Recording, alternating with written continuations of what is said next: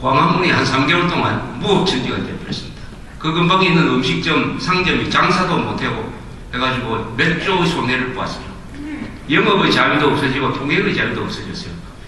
우리 한국의 심장부입니다. 거기가. 그러니까 순서가 어떻게 되느냐. 진실이 무너지니까 정의가 무너지고, 정의가 무너지니까 자유도 날아가 버렸다. 장사도 못하게 됐다. 번영도 할 수 없게 됐다. 이렇게 된 거죠.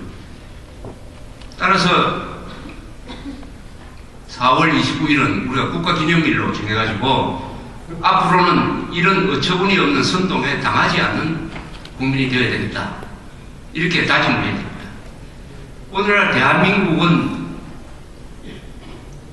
기성세대, 제가 기성세대라고 하면 주로 60대, 70대, 80대를 말하는데 이 기성세대가 흘린 피와 땀과 눈물, 그리고 이승만, 박정희로 대표되는 훌륭한 지도자의 리더십, 그리고 미국의 동, 그리고 건전한 국민들의 피와 땀과 눈물이 합쳐져서 만든 근사한 나라가 됐어요.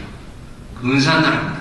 지난 61년 동안 거의 신석기 시대에서 살고 있던 사람이 이제는 정보화 시대에서 살고 있습니다. 굶어 죽고 싶어도 굶어 죽게 하지 않는 나라가 대한민국입니다. 자, 이런 나라를 만들었는데 어떻게 이런 나라에서 IQ가 70도 안 되는 저 아프리카 사람들도 속지 않는데 이런 나라에서 집단적으로 속아가지고 이런 짓을 했느냐 하는 데 대한 철저한 반성이 있어야 됩니다. 어떻게 머리 좋은 사람이 어떻게 이렇게 속는데도 1등이냐? 그 원인은 어디에 있느냐? 마음에 있는 것입니다.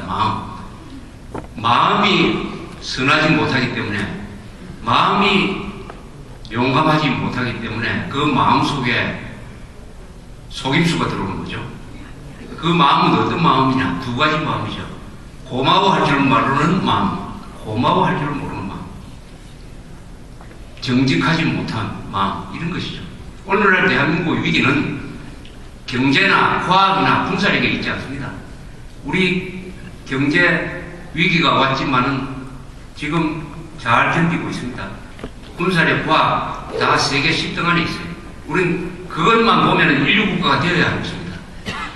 우리는 군사력, 과학, 기술 그리고 경제력에서는 인류 국가로 이미 들어갔어요. 그런데 왜 우리가 인류 국가도 되지 못하고 그 전에 자유통일도 하지 못하고 있느냐? 그 원인은 우리 국민들의 정신에 있습니다. 마음에 있습니다. 마음이 좋지 않기 때문에, 정신이 흐리멍텅해졌기 때문에 우리가 인류 국가를 만들 수 있는 힘이 있었고 자유통일을 할 수 있는 경제력이 있음에도 불구하고 맨날 김정일한테 끌려다니고 뜯어먹히고 불의가 정의를 이기는 이런 사회를 방치하고 있습니다. 이 정신력을 어떻게 세울 것이냐? 그 책임은 어디에 있느냐? 교회에 있고 기독교에 있는 것입니다. 왜냐하면 남북 간의 대결은 이승만 대한민국 헌법으로 대표되는 이 기독교적 가치관과 마르크스, 레닌, 스탈린, 모택동, 김일성, 김정일로 대표되는 수령 독재주의, 신정체제, 가짜 기독교, 사탄의 세력과의 대결인 것입니다. 저는 김성광 목사님을 존경하는 이유가 있습니다. 오늘날 기독교가 한국에서 처한 당면 과제 중에서 뭐가 제일 우선이냐? 뭐가 제일 우선이냐?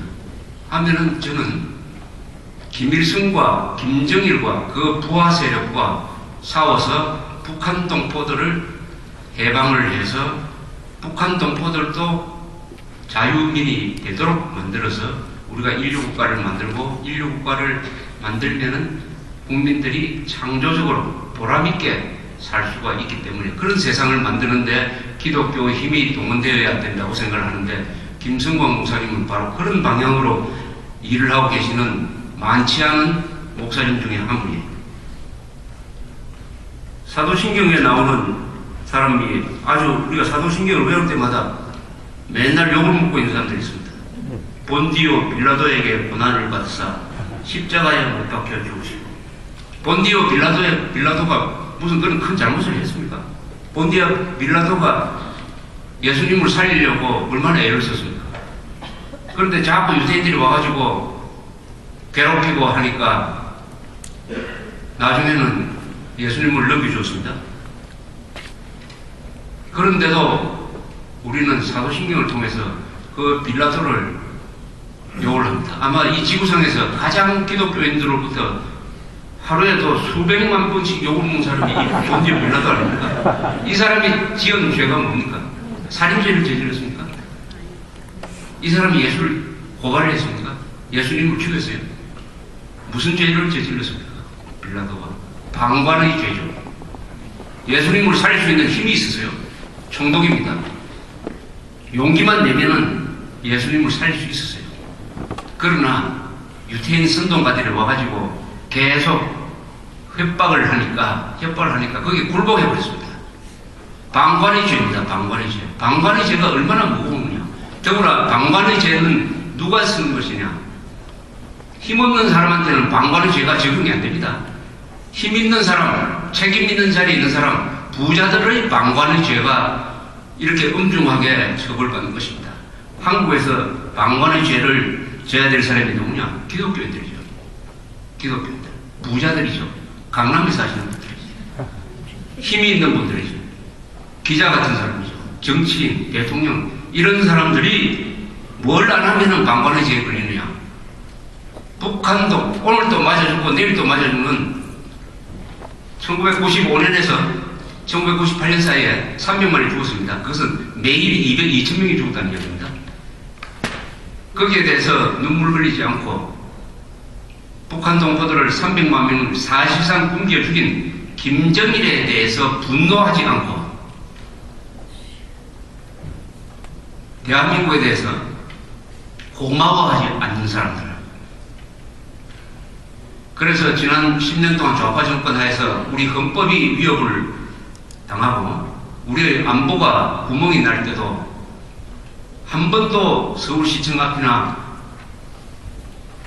서울역 앞에 애국 집회가 있을 때 나오지 않고 골프 치러 간 사람들, 연휴가 되면 해외로 나간 사람들, 그래서 투표장에도 안 간 사람들, 싸우지도 않고 돈도 내지도 않은 사람들, 이웃을 위해서, 북한 동포를 위해서, 애국 운동하는 사람들을 위해서 아무것도 하지 않고 오로지 자신의 즐거움을 위해서 많은 투자를 한 사람들, 이런 사람들 중에서도 가장 책임을 많이 느끼게 될 사람이 바로 본디오 빌라도의 방관의 죄를 매일매일 비판하는 기독교인입니다. 기독교인들이 북한 동포를 구출하기 위해서 아무것도 하지 않았다. 그리스도의적인 사탄의 세력인 김일성, 김정일을 약화시키고 김일성, 김정일의 정체를 폭로하고 하는 일에 아무것도 하지 않았다. 오히려 거꾸로 김일성, 김정일을 변호하는 일에 앞장서고 있는 기독교인들이 많습니다. 동시에 대한민국이 나쁜 짓 한 것만 찾아내가지고 대한민국이 나쁜 짓 한 것, 대한민국도 나쁜 짓 안 할 수가 있습니까? 남침당해가지고 살아남기 위해서, 국가가 살아남기 위해서 사람도 많이 죽였어요. 또 민주주의가 너무 급하게 들어오면 안 되니까 독재도 했습니다. 질서를 잡기 위해서. 그런 과정에서 피해본 사람들 많아요. 그것만 덜 추워내면은 대한민국이 태어나서는 안 될 정권이 되는 게 맞아요. 그러나 진실은 그런 일면적인 것이 아니고 온전하게 보는 것이죠. 고린도전서 13장에서 말하는 게 있지 않습니까? 사랑을 알아야 진실을 안다. 왜냐? 사랑을 알아야 사물을 온전하게 본다는 거 아닙니까? 온전하게 보는 것은 뭐냐? 앞뒤로도 보고 상하로도 보고 해서 전체적인 모습을 본다. 대한민국의 전체적인 모습을 보지 않고 부정적인 것만 들추어내가지고 대한민국을 태어나서는 안 될 정권으로 만들려고 했을 때 주로 누가 했냐?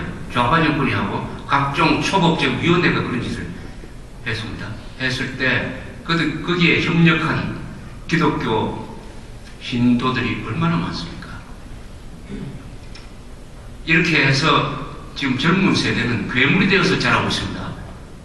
제가 괴물이라고 하면은 그 사람 보고 괴물이라고 하니까 너무 심한 욕 아니냐? 이렇게 생각하실지 모르지만 제 설명을 들으시면 아마 이해가 가실 거예요. 우선 실험을 합니다.